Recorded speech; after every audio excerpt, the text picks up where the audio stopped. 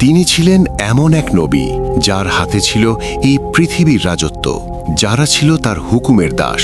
পশু পাখির ভাষাও বুঝতেন তিনি, বাতাসও চলত তার আদেশে, আর জিনজাতি তার নির্দেশে পুনর্নির্মাণ করেছিল বাইতুল আকসা। এই গল্প সেই মহান বিশেষ নবীর, যিনি ছিলেন এই পৃথিবীর বাদশাহ, কিন্তু তার অন্তর ছিল নম্র ও আল্লাহর ভয়ে ভরা, যেখানে এক পিঁপড়ের ডাকে থেমে যায় রাজকীয় সেনাবাহিনী। এটি শুধু এক রাজত্বের কাহিনী নয়, বরং আল্লাহর প্রতি ভালোবাসা আর অনুগত্যের গল্প। নূর ন্যারেটিভ চ্যানেলের প্রিয় দর্শক, আমরা এই ভিডিওতে বলতে যাচ্ছি নবী সুলাইমান আলাইহিসসালামের অলৌকিক জীবন কথা, যেখানে বাতাস, জিন, পশু পাখি সবই ছিল তার অধীনে, আর তিনি ছিলেন কেবল আল্লাহর অনুগত। একদা দাউদ আলাইহিসসালামের ইন্তেকালের পর সমস্ত রাজ্য বিষণ্ণ হয়ে পড়ল, আর তখনই আল্লাহর নির্দেশে তার সিংহাসনে বসানো হলো হজরত সুলাইমান আলাইহিসসালামকে।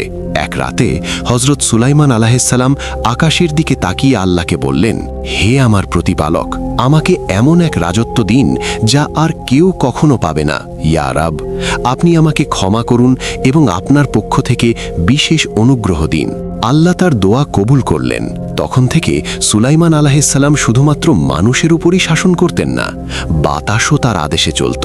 একদিন তিনি তার সৈন্যদল নিয়ে বহুদিনের পথ বাতাসের মাধ্যমে পাড়ি দিতে পারতেন।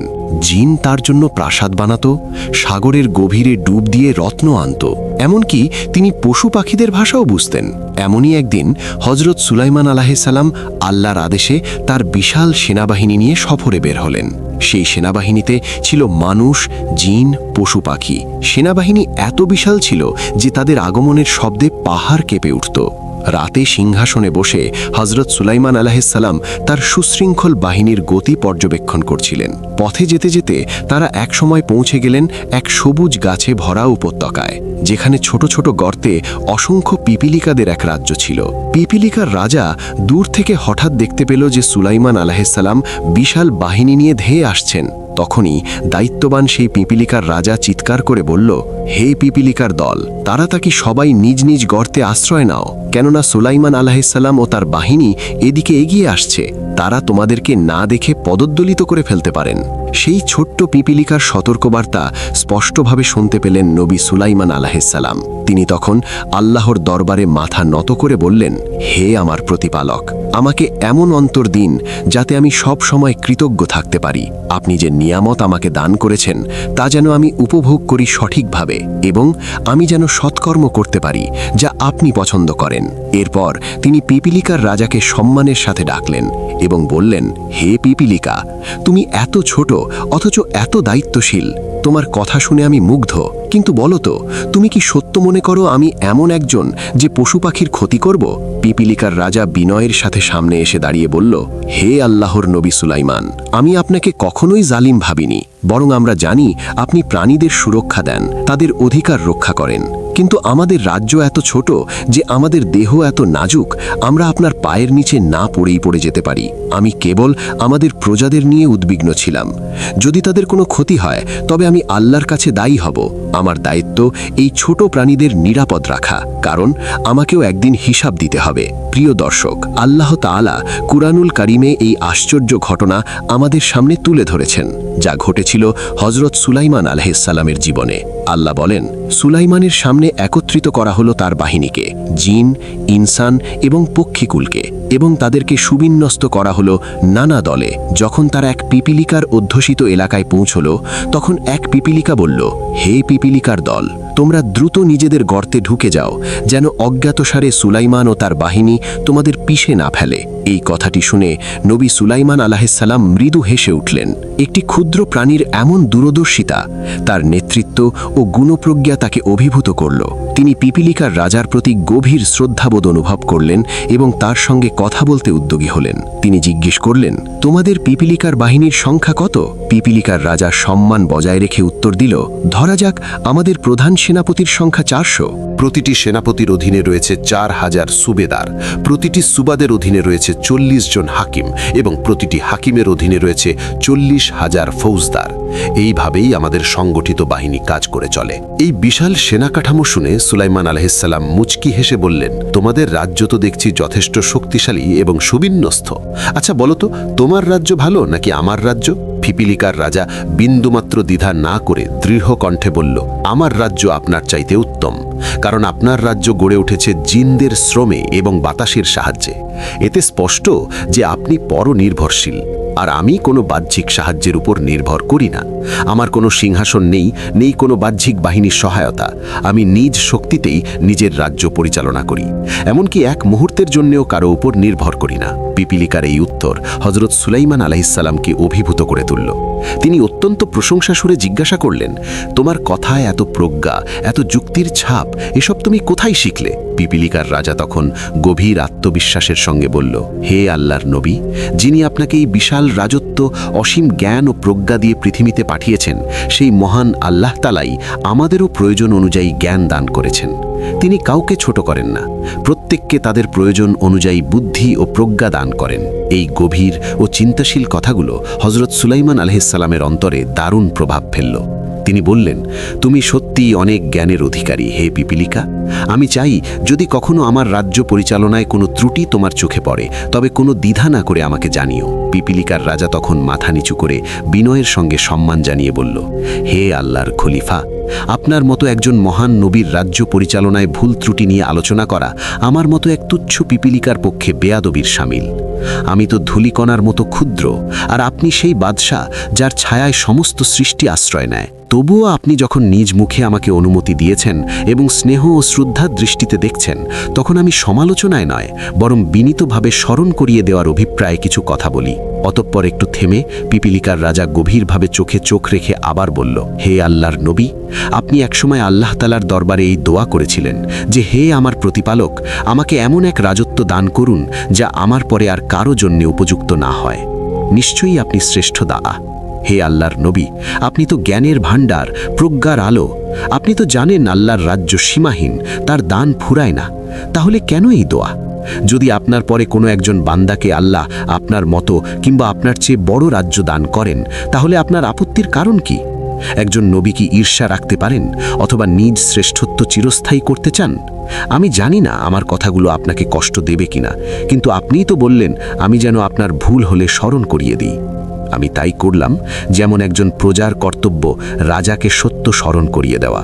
সুলাইমান আলাইহিসসালাম পিপিলিকার রাজার এই কথা শুনে কিছুক্ষণের জন্য নীরব হয়ে গেলেন। তারপর খুব ধীরে ধীরে তিনি বললেন, ভাই পিপিলিকার রাজা, তুমি যে গভীর উপলব্ধি নিয়ে আমার কাছে এসেছো তা আমি শ্রদ্ধার সঙ্গে গ্রহণ করি। যদি আমার মধ্যে আরও কোনো ভুল সিদ্ধান্ত বা অহংকারের চিহ্ন দেখতে পাও, তবে বিনা দ্বিধায় আমাকে জানিও।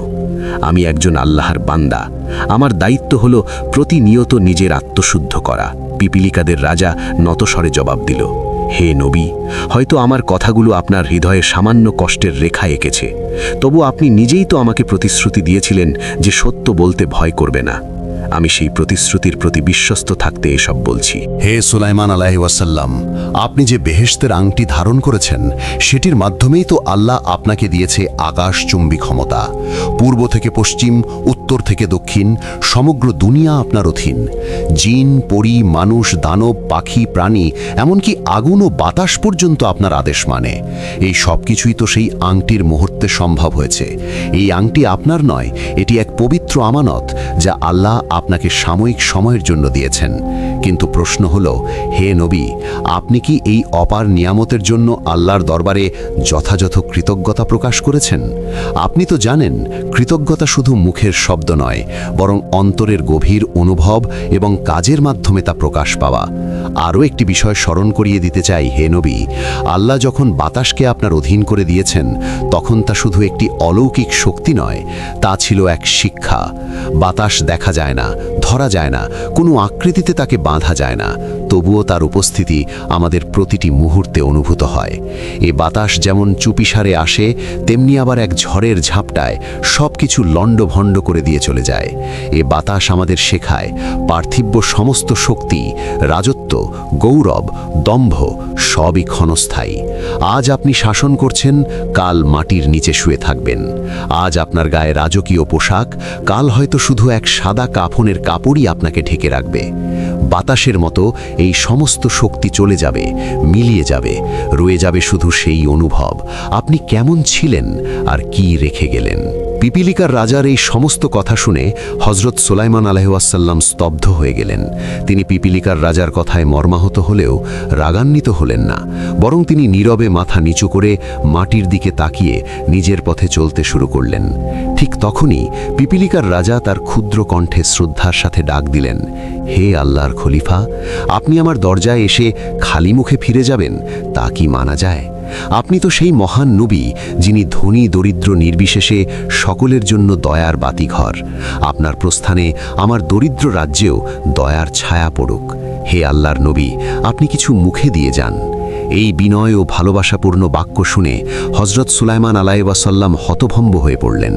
তখন পিপিলিকার রাজা তার সনদের আওয়াজ দিল, মানুষের উপযোগী কিছু নাস্তা নিয়ে এসো।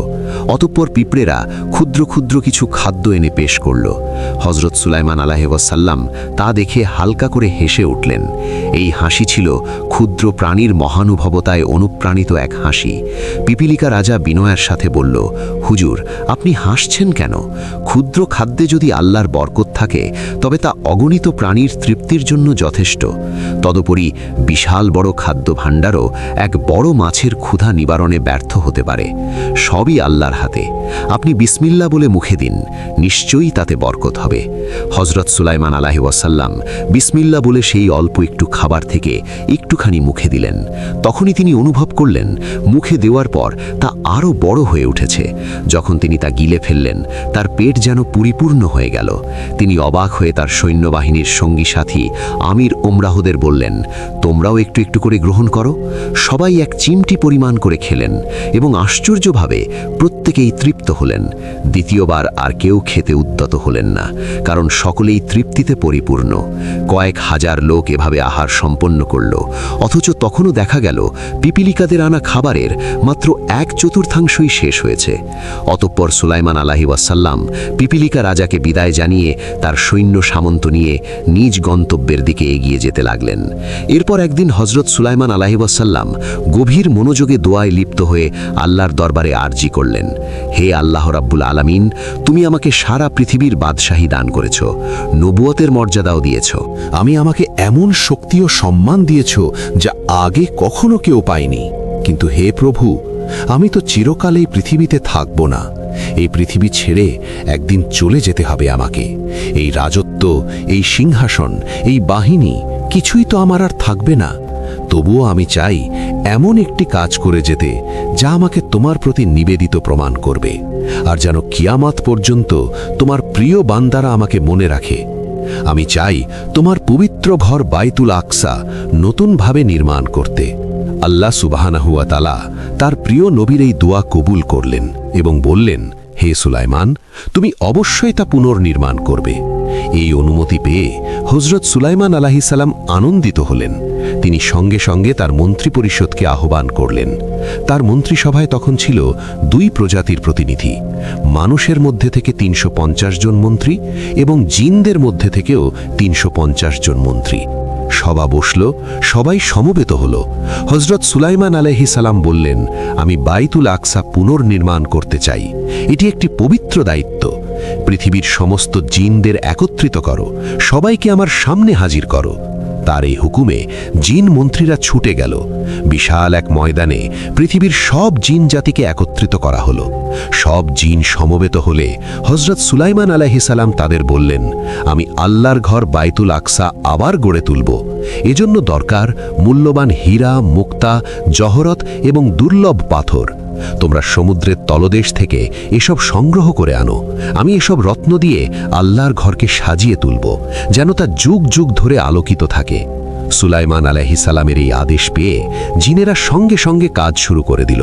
তারা সমুদ্রের তলদেশ থেকে একের পর এক দামি হীরা, মুক্তা, জহরত ও ঝলমলে পাথর তুলে আনতে লাগল। এরপর হজরত সুলাইমান আলাইহিসসালাম জিনদের হাতে তুলে দিলেন বাইতুল আকসা নির্মাণের একটি চিত্র এবং বললেন, এভাবেই গড়তে হবে, এই ডিজাইন অনুসারেই হবে বাইতুল আকসার নির্মাণ। সুলাইমান আলাইহিসসালাম যখন বাইতুল আকসা নির্মাণের অনুমতি পেলেন আল্লাহর পক্ষ থেকে, তখন আর তিনি দেরি করলেন না। জিনদেরকে বললেন, শোনো, এবার কাজ শুরু করো, দিন-রাত এক করে কাজ করতে হবে। জিনেরা জানে এই নবীর সামনে ফাঁকি মারার মানে মৃত্যুকে ডেকে আনা, তাই তারা দিন-রাত কাজ করতে লাগলো। সুলাইমান আলাইহিস সালাম প্রথমে নিজের জন্য একটা কক্ষ নির্মাণ করলেন পুরোপুরি কাঁচ দিয়ে, যেন তিনি সব কিছু দেখতে পান, কিন্তু কেউ তাকে স্পষ্টভাবে দেখতে না পারে।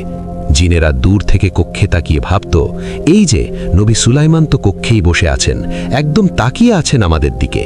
আর সেই ভয়ে তারা সারাক্ষণ কাজ করে যেত, কারণ তারা জানত সুলাইমান আলাইহিস সালাম এক মুহূর্তের জন্য কক্ষ থেকে বেরোলেও যদি তারা বুঝে যায় তিনি নেই, তবে সঙ্গে সঙ্গে তারা কাজে ফাঁকি দেবে।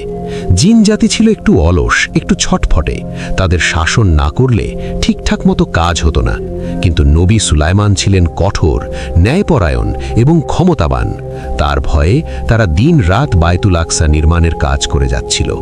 দিন যায় রাত যায়, এমনি করে মসজিদুল আকসার কাজ প্রায় শেষের পথে, 3 ভাগের 2 ভাগ প্রায় সম্পন্ন। এমন সময় হঠাৎই সুলাইমান আলাইহিস সালামের সামনে হাজির হলেন একজন অতিথি। তিনি জিজ্ঞাসা করলেন, কে তুমি? সামনে দাঁড়িয়ে থাকা ব্যক্তিটি বললেন, আমি আল্লাহর ফেরেশতা মালাকুল মাউত আজরাইল।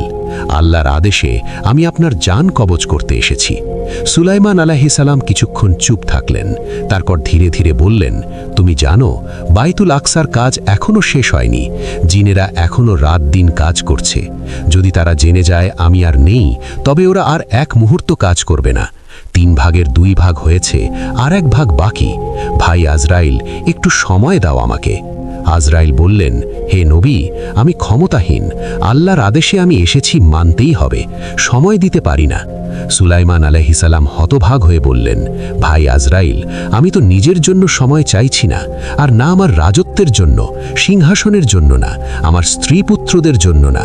আমি কেবল চাই আল্লাহর ঘরটা সম্পূর্ণ হোক। বাইতুল আকসা যেন পূর্ণ হয়।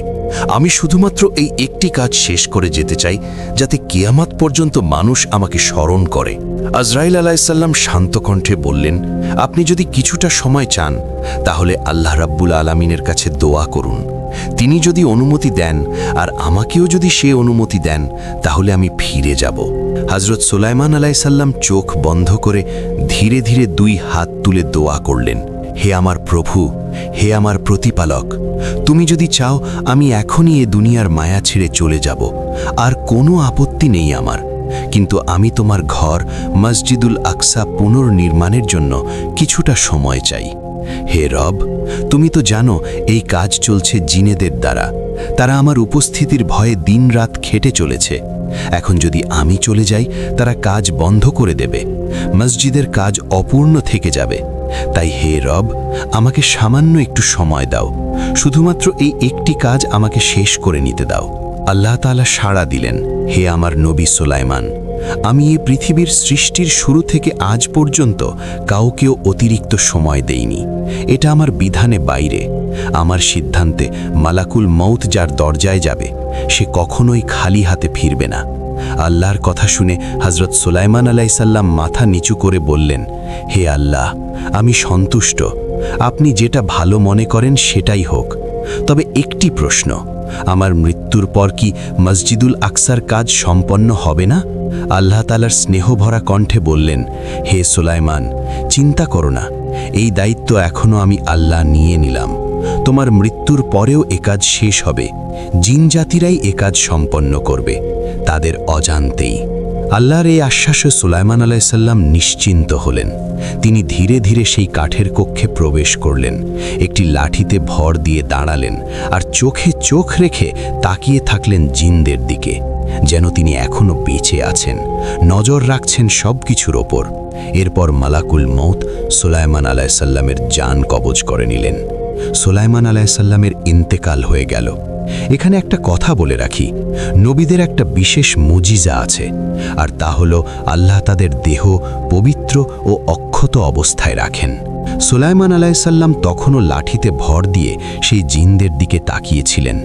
অন্যদিকে জিনেরা ভাবতে লাগলো, আমাদের বাদশাহ তো চোখে চোখ রেখে আমাদের দেখছেন, কোনোভাবেই কাজের থেকে ফাঁকি দেওয়া যাবে না, একটুও গড়িমসি করলে তো কঠিন শাস্তি আসবে আমাদের ওপর। এই ভয়ে তারা রাত দিন হাড় ভাঙা পরিশ্রম করে চলল, আর এভাবেই বাইতুল আকসার কাজ পরিপূর্ণভাবে শেষ করল তারা। কিন্তু তারা এখনও জানে না যে সুলাইমান আলাইহিসসালাম আর এ দুনিয়াতে নেই। এদিকে খুব ছোট্ট একটা পোকা, ঘুনে পোকা, যে চুপি চুপি কাজ করে চলছে, সে আস্তে আস্তে সুলাইমান আলাইসাল্লামের লাঠি খেতে লাগলো। তিল তিল করে একটা লাঠি ঘুরে ঘুরে খেতে তার সময় লেগে গেল পুরো 1 বছর। অবশেষে যখন লাঠির নিচের অংশ একেবারে শেষ হয়ে গেল, তখন সুলাইমান আলাইসাল্লামের ভার ধরে রাখতে পারল না সেই লাঠি। তখনই তিনি ধপ করে মাটিতে পড়ে গেলেন। এই দৃশ্য দেখে জিনদের তো মাথা খারাপ। তারা তড়িঘড়ি করে দৌড়ে এলো। কি হলো আমাদের বাদশার, এভাবে হঠাৎ পড়ে গেল কেন? তারা এসে দেখল তিনি আর নেই। যিনি 1 বছর ধরে দাঁড়িয়েছিলেন চোখে চোখ রেখে তাদের কাজ করাচ্ছিলেন, তিনি তো অনেক আগেই ইন্তেকাল করেছেন। আর যেই লাঠিতে তিনি ভর দিয়েছিলেন, সেই লাঠি ঘুনে পোকা খেয়ে ফেলেছে। জিনেরা তখন থমকে গেল, ভাবতে লাগলো, তবে কি সুলাইমান আলাইসাল্লামের মৃত্যু অনেক আগেই হয়েছিল? তারা তখন অনুসন্ধানে নেমে পড়ল। তারা একটা নতুন লাঠি এনে তাতে আবার ঘুনে পোকা লাগিয়ে দিল। তারপর সারা দিন ধরে ঘুনে পোকা কতটুকু খায় সেটা হিসাব করল। এভাবে তারা হিসাব করে বুঝতে পারল এই পরিমাণ কাঠ খেতে সেই ঘুনে পোকার লেগেছে পুরো 1 বছর। মানে সুলাইমান আলাইসাল্লামের মৃত্যু হয়েছিল আজ থেকে 1 বছর আগেই। একটা লাঠিতে ভর দিয়ে তিনি দাঁড়িয়েছিলেন, আর একটা ছোট্ট পোকা ধীরে ধীরে সেই লাঠি খাচ্ছিল। আর সেই লাঠি যখন একেবারে খেয়ে ফেলা হলো, তখন তিনি পড়ে গেলেন। এ বিষয়ে কুরআনুল কারিমে আল্লাহ বলেন, অতঃপর যখন আমি সুলাইমানের মৃত্যু ঘটালাম, তখন কাউকে তার মৃত্যুর কথা জানাইনি, তার লাঠি খেয়ে ফেলা একটি পোপা ব্যতীত। তারপর যখন সে মাটিতে লুটিয়ে পড়ল, তখন জিনেরা বুঝতে পারল যে তারা অদৃশ্য বিষয়ের জ্ঞান রাখে না। যদি তারা অদৃশ্য বিষয়ের জ্ঞান রাখত, তবে তারা এই লাঞ্ছনাকর শাস্তিতে পতিত হতো না। সূরা সাবা 14। নূর ন্যারেটিভ চ্যানেলের প্রিয় দর্শক বন্ধুরা, এই ছিল আজকের ভিডিওটি যদি আপনাদের ভালো লেগে থাকে তাহলে অবশ্যই লাইক করবেন এবং এমন আরও ভিডিও পেতে আমাদের চ্যানেলটি সাবস্ক্রাইব করবেন। ধন্যবাদ।